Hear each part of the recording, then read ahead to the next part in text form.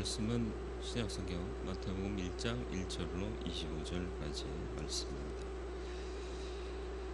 한 절씩 교독하고 마지막 25절을 같이 읽겠습니다. 마태복음 1장 1절로 25절입니다. 아브라함과 다윗의 자손 예수 그리스도의 계보라.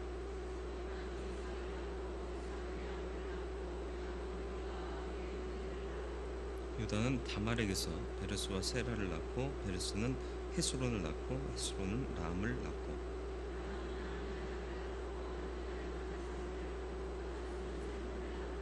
살몬은 라합에게서 보아스를 낳고 보아스는 루색에서 오벳을 낳고 오벳은 이새를 낳고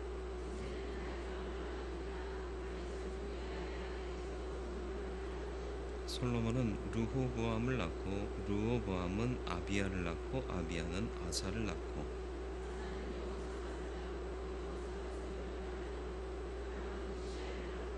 우시야는 요담을 낳고 요담은 아하스를 낳고 아하스는 히스기야를 낳고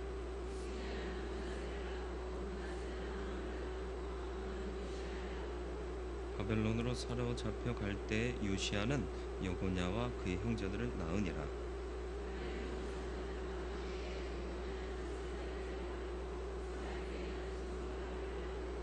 수르바벨은 아비옷을 낳고 아비옷은 엘리야김을 낳고 엘리야김은 아소르를 낳고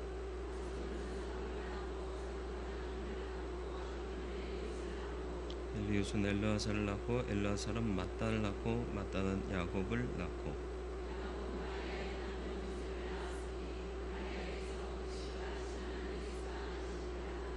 그런즉 모든 대수가 아브라함부터 다윗까지 14대요 다윗으로부터 바벨론으로 사로잡혀 갈 때까지 14대요 바벨론으로 사로잡혀 간 후부터 그리스도까지 14대더라.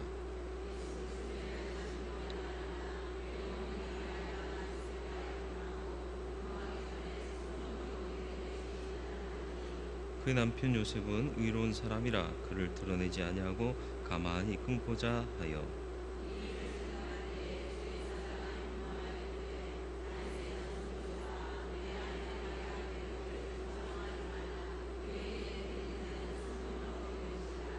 아들을 낳으리니 이름을 예수라 하라. 이는 그가 자기 백성을 그들의 죄에서 구원할 자이심이라 하니라.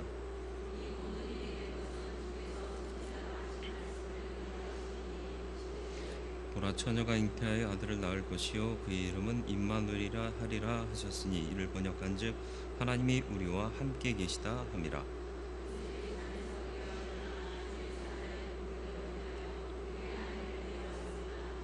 아들을 낳기까지 동침하지 아니하더니 나음의 이름을 예수라 하니라. 아멘. 가치가 혼돈되는 시대 속에 때로는 과격하고 날카롭고 때로는 무디고 때로는 혼미한 채로 살고 있지는 않습니까? 믿음 가히 들음으로부터 나는데 과연 우리는 듣는 자입니까? 신체적으로 생물학적으로만 듣고 삶으로 이어지는 참된 들음이 아닌 듣고 마는 것으로 만족하고 있지는 않습니까? 믿음은 삶입니다. 하나님은 동사이십니다. 우리도 동사적인 삶을 살게 하여 주옵소서. 들음이 근거되어 하나님을 닮은 삶의 모습들이 우리의 열매로 맺혀지게 하여 주시옵소서. 새로운 회기를 시작하면서 과연 우리는 새로운 마음으로 결단하고 시작하고 있는지 돌아보게 하여 주옵소서. 시편의 기자들은 새 노래로 하나님을 찬양했습니다. 과연 우리는 새 마음, 새 노래로 하나님을 찬양할 준비가 되어 있습니까? 자아를 돌아보게 하시고 나의 정체를 분명케 하여 주시어서 하나님 사람답게, 하나님 자녀답게 주 영광 나타내는 온전함을 이루어가는 공동체 세우고 그 공동체 안에서 나의 자아 존재감을 분명히 깨달아 알아 하나님의 뜻대로 섬기며 순종하며 주의 일을 행하며 살아갈 수 있는 하나님 보시기 합당한 또 주 앞에 섰을 때 부끄럼 없는 하나님 사람 되게 하여 주옵소서. 우리의 능이나 의지로 불가한 줄 아오니 성령의 능력이 우리를 주장하여 주옵소서.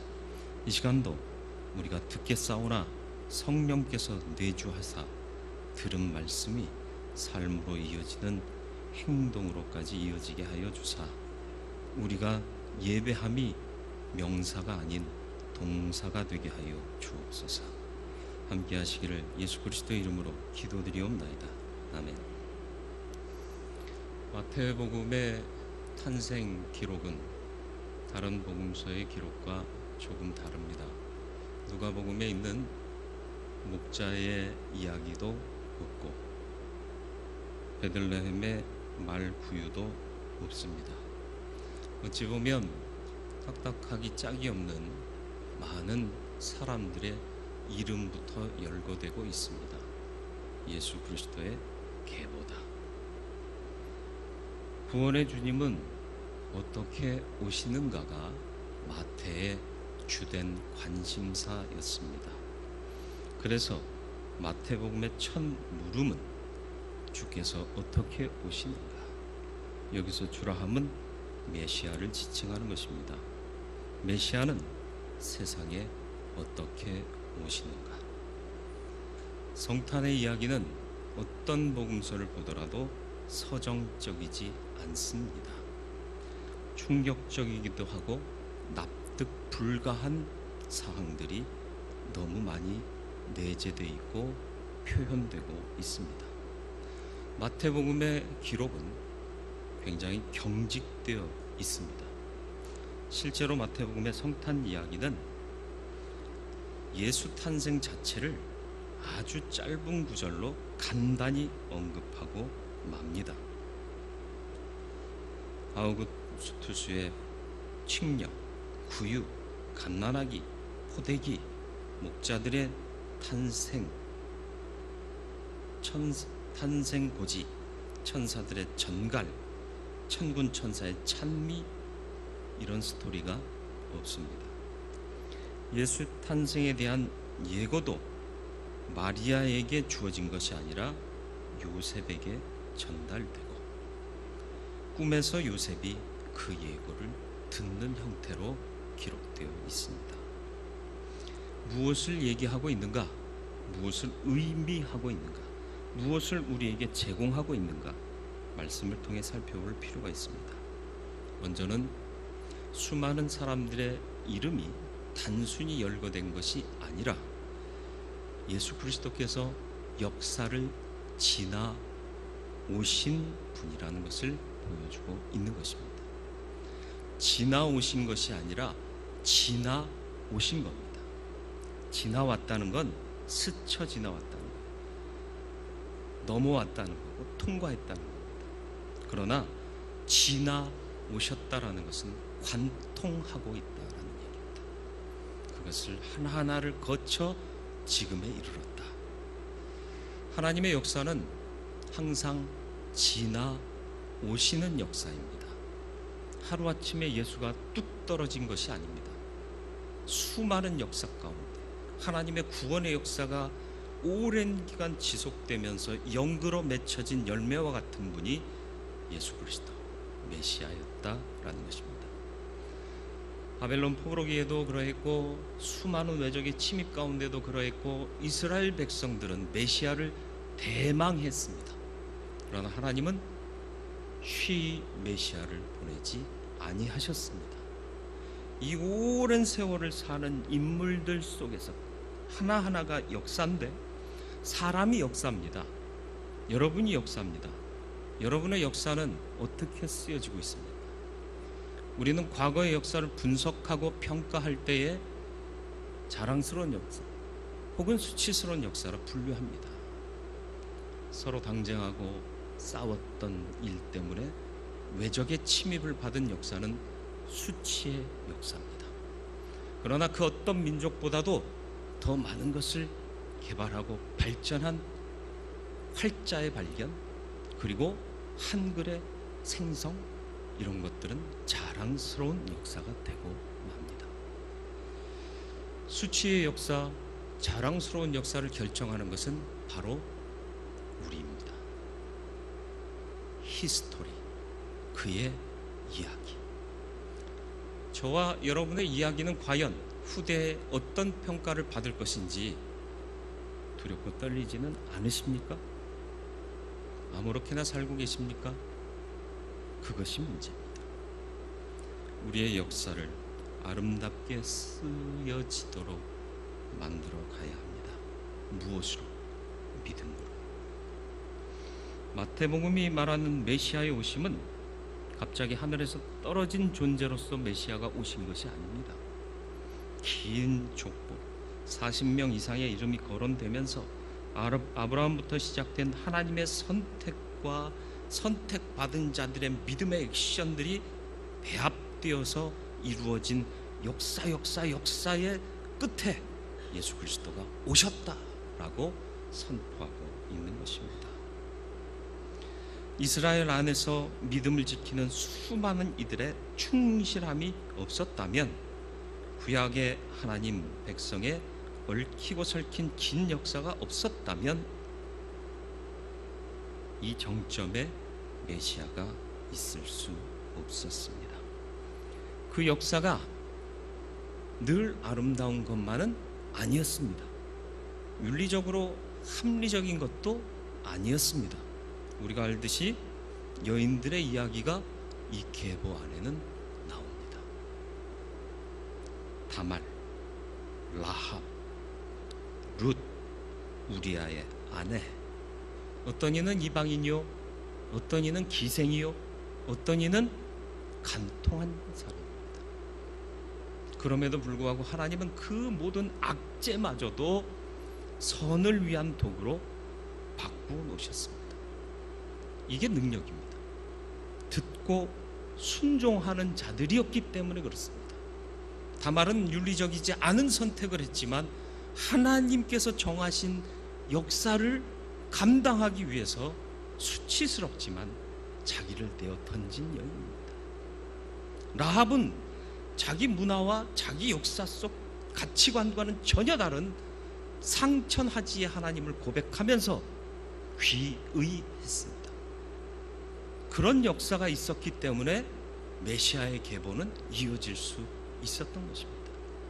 룻은 안일한 삶, 잘 먹고 잘 살고 편안하게 살 수 있는 삶을 버리고 어딘지도 모를 시모의 땅을 향하여 믿음만을 가지고 행했기 때문에 다윗의 할머니가 될 수 있었던 겁니다.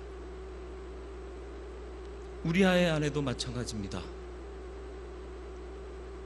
똑같은 의미로 이스라엘의 역사가 없었다면 교회의 역사도 있을 수 없습니다.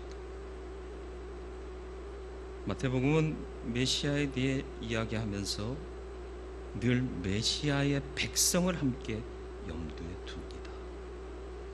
왜냐하면 하나님의 역사는 인간을 배제한 채로 독단적으로 이루어지는 역사가 아니라 하나님의 명령에 순응하는 자들을 통하여 일구어 내시는 합력의 역사이기 때문에 그렇습니다. 당신의 백성으로 부르심 받은 자들이 하나님과 합력하면 선한 일은 연그러지지만 악을 도모하면 징계받고 선민일지라도 구원에서 제외되는 사실을 유구한 역사 속에 분명히 표방하셨습니다. 아브라함은 한 사람이 아니라 그 후손을 포함한 전체입니다. 아담은 한 사람이 아니라 온 인류를 표현하는 대명사인 것처럼 아브라함, 믿음의 사람의 대표적인 상징입니다. 그 후손을 포함하고 있습니다.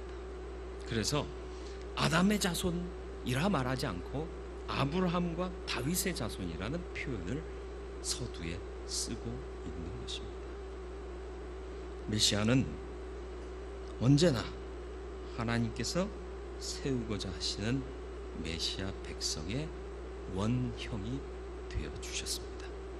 그래서 메시아를 믿고 따르는 하나님의 백성들은 그의 장성한 분량에까지 이르러야 하는 분명한 목표를 제시하고 계시는 거고, 그것을 향해 달려가는 것이 성결이고 성화입니다. 저와 여러분들은 어디까지 메시아를 닮고 있습니까? 메시아는 그저 오신 분이 아닙니다. 우리의 구원의 역사도 한 방에 된 것이 아닙니다. 이 오랜 세월 역사를 지나 오신 예수 그리스도를 통하여 하나님께서 이루신 역사가 구원의 역사예요. 그 구원의 역사를 위해 지나 오신 분이 성탄의 주인공이신 예수 그리스도입니다. 성탄의 주인공은 캐롤송이 아닙니다. 루돌프도 아닙니다. 성 니콜라스도 아닙니다. 산타 클로스가 세인트 니콜라스에서 나온 말이죠.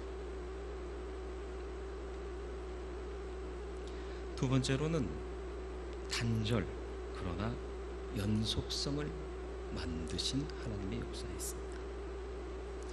메시아와 그 백성은 오랜 역사를 거쳐 도래하게 하셨습니다. 메시아를 갈망하고 앙망하던 백성에게 하나님은 오랜 역사를 거쳐 나타나게 하셨다. 이스라엘의 역사에서 생겨납니다. 그러나 메시아는 이스라엘의 메시아가 아니라 온 인류의 메시아가 됐습니다. 예수님과 그분을 따르는 이들에 의해서 새로운 역사가 시작되었지만 이 역사가 중단된 것이 아니라 또 다른 면모로 새로이 시작된 것입니다. 초등학교를 졸업하면 다시 초등학생이 될 수 없습니다. 그러나 끝난 것이 아닙니다. 새로운 학교 생활이 펼쳐지지만 새로운 것이고, 그렇다 해서 나의 존재가 부인되는 것이 아니고, 교육의 커리큘럼이 끝나는 것이 아니라는 얘기입니다. 하나님의 역사도 마찬가지입니다. 이스라엘의 역사 후에 새 이스라엘인 12사도로 비롯된 하나님 나라의 백성의 시작이 여기서부터 기인하게 되는 것입니다. 단절 맞습니다. 구약의 하나님과 예수를 통하여 우리에게 다가오신 하나님은 색깔이 다릅니다. 그러나 그렇다고 해서 그 하나님이 다른 하나님이냐? 동일하신 하나님입니다.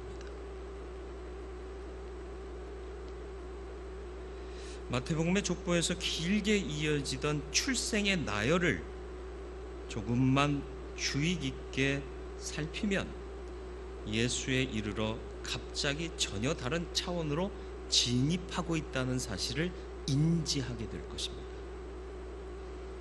예수님에게서는 더 이상 누구는 누구를 낳고 누구는 누구를 낳고라는 형식의 공식의 대입이 불가한 표현이 나옵니다. 16절 말씀입니다. 야곱은 마리아의 남편 요셉을 낳았으니 마리아에게서 그리스도라 칭하는 예수가 나시니라.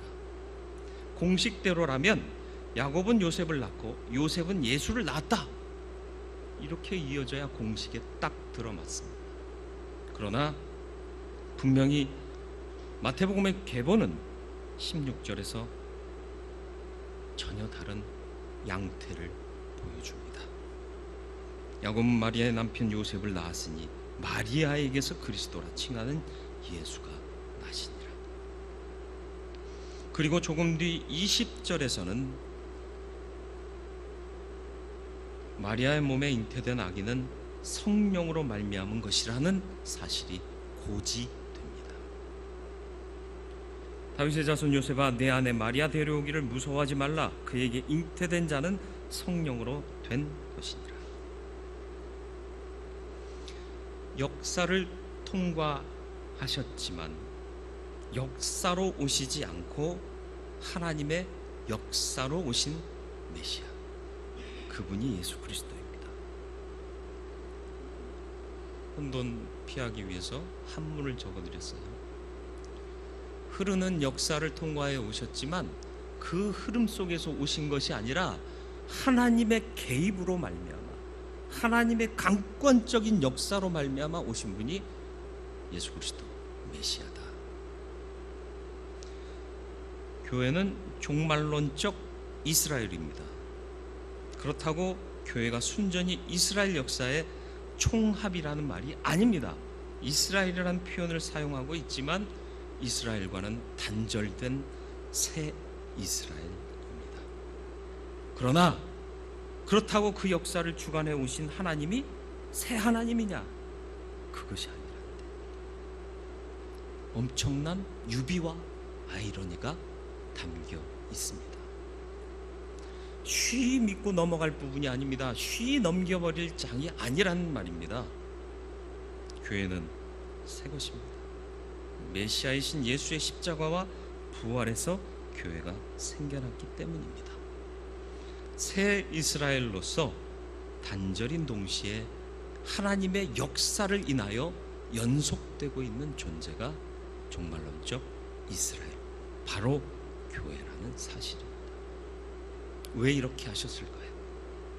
굴레를 벗기시고 가볍고 쉬운 멍에를 지게 하시기 위함이었습니다. 가볍고 쉽게 하신 이유는 우리를 사랑하셨기 때문이지 우리가 그 멍에를 벗어도 될 만큼 자격 요건이 충분했기 때문이 아닙니다. 여기서 하나님의 사랑을 발견하고 그 사랑에 감격할 수 있는 자만이 종말론적 이스라엘의 성원으로 합당한 마음가짐을 갖는 자입니다. 그러니 이 단절과 단절 속에서도 연속하시는 하나님의 역사의 주도권을, 그리고 그 역사에 행하시는 모든 의미를 깨달은 자라면 하나님께 지사충성할 수밖에 없습니다. 모든 멍에를 벗기시고 가볍고 쉬운 멍에를 지워주시고 법 조항이 아닌 예수 그리스도의 그 패션, 그 열정, 그 마음, 그걸 가지고 살게 부르셨다는 거죠. 구원에는 이 진리가 내포되어 있습니다. 이것까지 깨달은 자는 교만하지 않습니다. 이것까지 깨달은 자는 그 은혜에 감격하여 하루하루를 주께 영광, 온통이 생각으로 살아갈 수밖에 없는 것입니다. 저와 여러분들의 인생이 과연 하나님을 영화롭게 하는 인생인지를 돌아볼 수 있기를 축원합니다. 마지막으로 무엇보다도 받아들였다는 것입니다.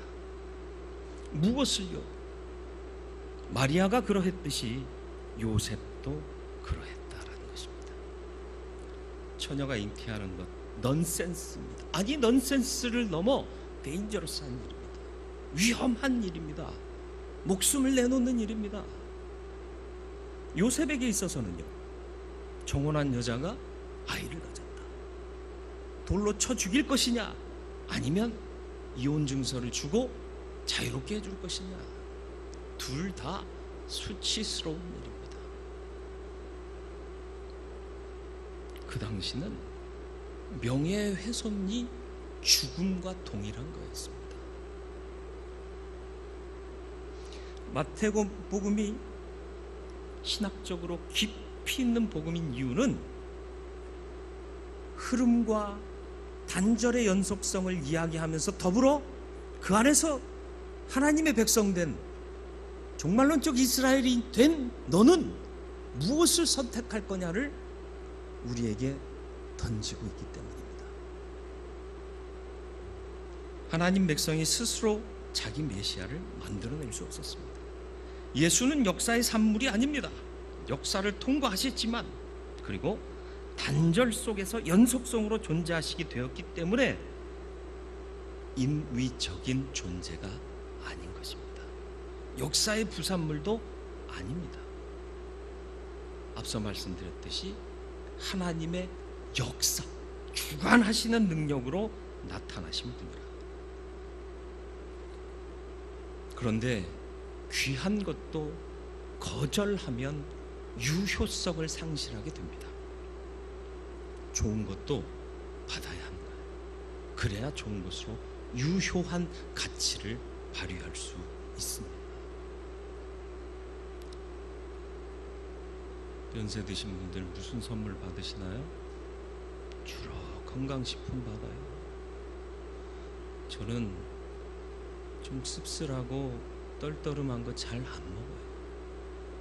근데 나이 먹었다고 후배들이 선물 사오면 꼭 홍삼에게 녹용즙에 딴 걸로 바꿔가 그럴 수도 없고, 그래서 차일피일 미루다가 유통기한이 지납니다. 먹어야 도움이 돼요. 받아들여야 도움이 돼요.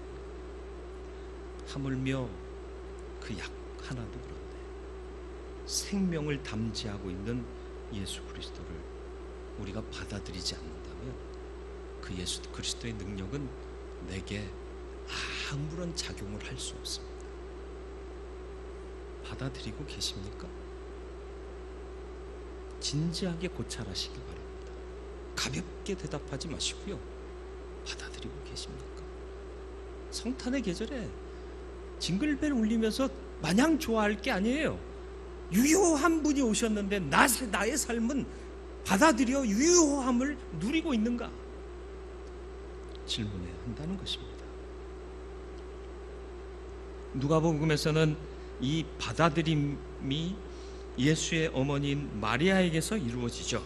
마리아는 결정적으로 말합니다. 누가복음 1장 38절, 마리아가 이르되 주의 여종이오니 말씀대로 내게 이루어지이다 하매 천사가 떠나가니라.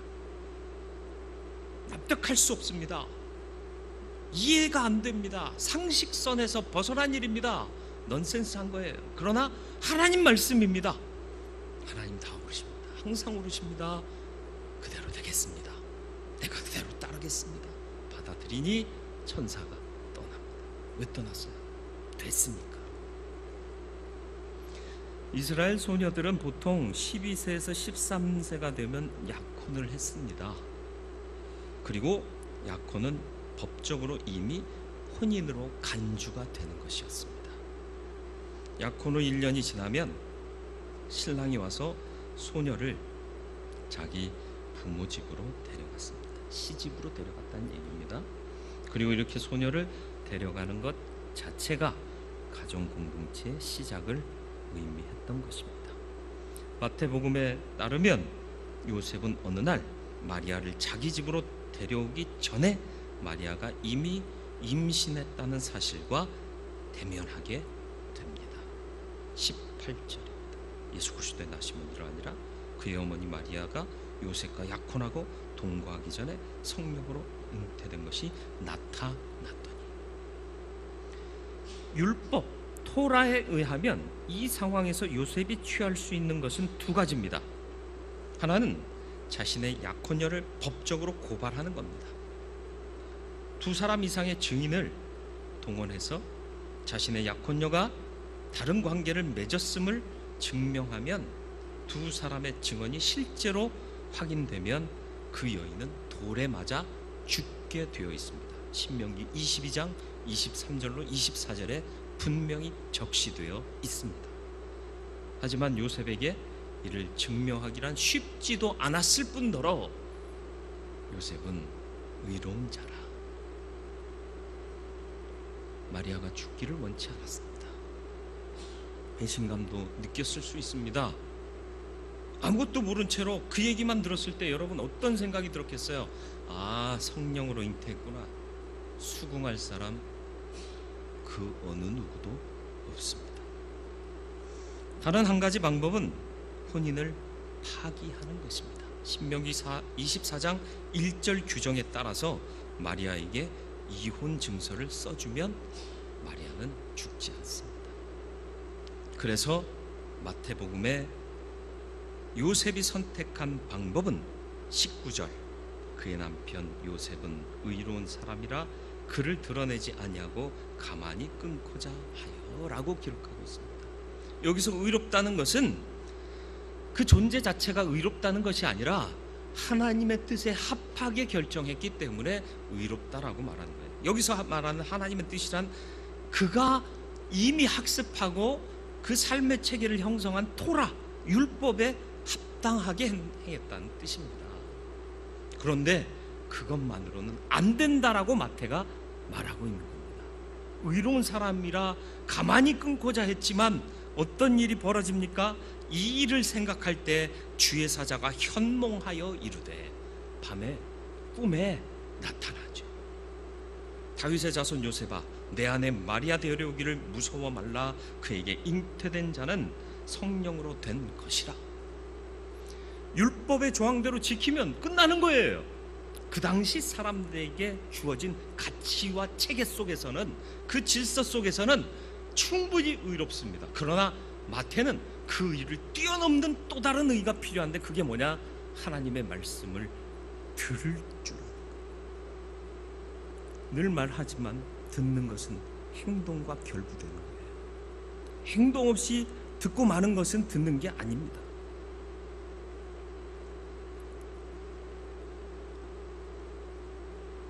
마태복음 1장 20절로 25절에 매우 의미 있는 신학적 통찰이 담겨 있습니다. 마태에 따르면 신중하게 토라를 따라 사는 삶은 의로운 것이다. 하지만 그것으로는 충분하지 않다라고 주장하는 겁니다.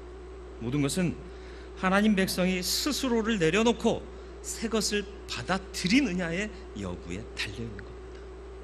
요셉이 율법대로만 하고 끝났으면 메시아의 역사는 단절될 수밖에 없고, 요셉은 그 메시아의 역사 속에 아무런 작용도 하지 못하는 존재가 되었을 것이나, 요셉을 통하여 족보는 완성되고 그 족보가 완성되면서 요셉은 또 다른 하나님의 요구를 수용하게 된 것입니다.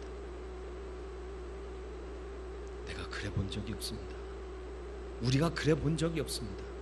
누가 하는 말이죠? 저와 여러분들이 하는 말이에요. 하다못해 예수를 따랐던 베드로조차도 내가 그래 본 적이 없습니다라고 발뺌합니다. 왜요? 더 이상 나가기 힘든 거예요. 지도 밖으로 행군하라 라는 책이 있습니다. 알렉산더 대왕 때 이야기입니다. 영토를 넓히며 정복전쟁을 활기차게 하는데 최선봉에 섰던 장군이 더 이상 지도에 나타나 있지 않은 새 땅이 눈앞에 펼쳐져 있는데 과연 저기로 가야 될 것이냐 말아야 될 것이냐 이미 독단으로 결정할 수 없기 때문에 황제에게 전가를 띄웁니다. 우리 지도 밖에 있는 땅이 있습니다. 행군할까요? 알렉산더가 지도 밖으로 행군하라. 그래서 그의 지경이 더 넓혀지고 그의 역사는 새로운 지도를 그리게 되었던 것입니다. 신앙의 틀 중요합니다. 울타리가 된다면 그보다 더 좋은 것은 없습니다. 그러나 지도로 얽어매어서 더 이상 분명히 존재하는 땅을 보고도 나아가지 못하게 가로막는 장애물이 된다면 그 틀은 악한 것이 됩니다. 요셉, 율법에는 충실한 자였습니다. 그러나 하나님은 그에 더하여 요구하십니다. 내 아내 데려오기를 주저하지 말라. 그에게 잉태된 것은 성령으로 된 것이다. 따르겠느냐? 요셉의 반응은 Yes, 따르겠습니다. 그래서 그의 족보가 완결되는 시점에 요셉의 이름이 등극할 뿐만 아니라 요셉에게서 단절된 듯 하였으나 하나님의 역사는 역사로 이루어져 연속성을 갖게 되고 그 모든 것이 온 인류에 유효한 메시아의 오심에 한 채의 오차도 없이 적용되더라라는 것입니다. 저와 여러분들이 요셉의 입장에 있었다면 과연 우리는 예스 할 수 있었을까요? 전과 15범이 우리 교회 등록하겠다고 나왔대요. 여러분 그를 쉽게 형제여 하고 맞아들일 수 있겠습니까? 난제입니다. 하나님은 항상 우리가 쉽게 결단하게 만들지 않으십니다. 포기하지 않으면 받아들일 수 없습니다. 무엇을? 내 안에 형성된 틀을 포기하지 않으면 하나님의 위대하신 역사는 더 이상 친절할 수가 없습니다. 지도가 여기서 끝났습니다. 돌아가겠습니다. 그러면 알렉산더가 될 수 없습니다. 지도 밖으로 행군하라. 그것이 알렉산더를 알렉산더 되게 했습니다. 세상에 왔다가 가는 왕도 지도 밖으로 갈 것을 명하고 있는데, 온 생명의 주관자이시고 역사의 주관자이시고 창조주이시고 모든 것 되신 하나님께서 우리 역사의 지도 밖으로 행군하기를 명하신다면 우리는 어떻게 할 것인가를 고뇌 속에서 결단해야 할 줄로 믿습니다. 신앙의 결단은 용이하지 않습니다. 수월하지 않습니다. 듣는 자 되시길 바랍니다. 수용하는 자 되시길 바랍니다. 내가 어떻게 그리스도인 곧 메시아의 사람임을 증명할 수 있을까요?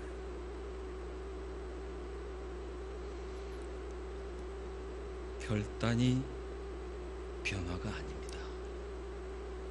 결단하여 행동하는 것이 변화입니다. 회개 역시 뉘우침이 아니라 뉘우침으로 말미암아 하나님의 뜻을 따라 행동하는 데까지 가는 것이 회개입니다. 마태가 기록한 성탄의 스토리가 주는 신학적 메시지가 무엇이고 그 가치와 의의가 무엇인가를 여러분 마음에 분명하게 새기실 수 있기를 축원합니다. 역사를 지나오신 예수님, 수많은 사람들을 지나오셨습니다. 오랜 세월을 지나오셨습니다. 갑자기 떨어진 존재가 아닙니다. 오늘 우리의 믿음의 수고가 하나님의 역사를 지나가게 하는 통로가 될 줄 믿으시고 쓰임받는 자 되시길 축원합니다. 단절입니다. 그러나 연속성이 있습니다. 역사를 역사로 오해하지 마시길 바랍니다. 역사는 흐름의 역사가 아니라 개입의 역사입니다. 흘러가는 인간의 역사가 아니라 찾아오시고 개입하셔서 끊어진 것을 이어주시는 하나님의 절대적인 권능인 것을 인정하실 수 있길 바랍니다. 받아들이세요. 받아들이지 못하면 아무리 유용하고 유효한 것도 무용지물이 되고 맙니다. 유효한 믿음의 가치가 삶에 구현되고 발현되기를 주님의 이름으로 축원을